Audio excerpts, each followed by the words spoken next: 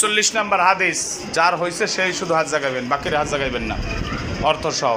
আর যার হয় নাই হে এগুলো শুনবেন, এরা পড়িয়ে শুনাইবে, এর ভিতরে হওয়ার চেষ্টা করবেন। না পারলে তো ইনশাল্লাহ উই আছে, ওই লাডি দেখছ,